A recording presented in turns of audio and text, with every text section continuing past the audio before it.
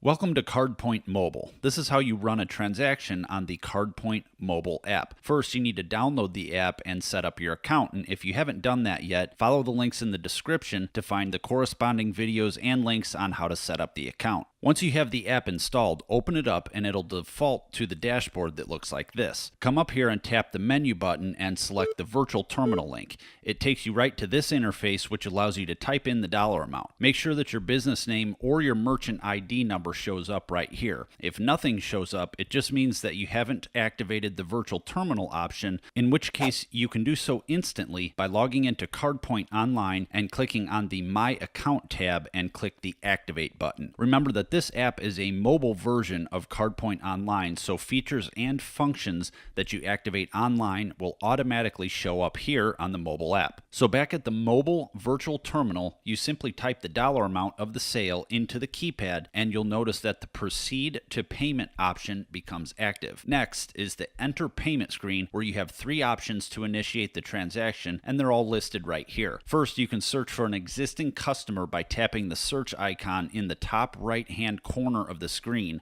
Search for your customer by name, tap, and it will auto-populate the fields needed. You can see that it only displays part of the credit card number for security purposes and to remain within PCI compliance. The second option is to simply swipe the card through the CardPointe card reader, and third is to manually enter the information by using your phone keypad. Once you have the payment information entered, just click Process Payment and this confirmation box will appear. Click OK to process the payment and the touchscreen signature page will auto-load to landscape mode for the customer to sign. If you don't require a signature, you can tap the bypass option. After the customer signs or you bypass the signature, the thank you page will appear. From here, just tap the email receipt button to email the receipt to your customer. Lastly, you can click the transaction details button and it will show you the details like the transaction number and the authorization code for that transaction. If you close out of the transaction details page too early, or if you want to go back and view a particular transaction, just tap the menu button and select Transactions under the reporting menu. It'll bring up a link of your most recent transactions, and all you need to do is tap the transaction you want to see and the details will show. From here you can see all the process details and the customer information, including the last four of the credit card number on the mock credit card at the bottom of the screen. The menu at the bottom also allows you four options. First, an option to email the receipt. If you tap the button, it'll ask you to confirm. Second option is to void the transaction. The third option is to reprocess the transaction in case it didn't go through the first time. And the fourth option is to refund. Again, it will ask you to confirm each of these options before carrying out that function. So that's how you run transactions in the CardPointe mobile app. If you haven't set up your mobile account yet, follow the links in the description to set up an appointment with myself or another CardPointe specialist. And be sure to like this video if you found it helpful and subscribe to the channel for future CardPointe tutorials and other payments related information. I'm Brian Manning and thanks for watching.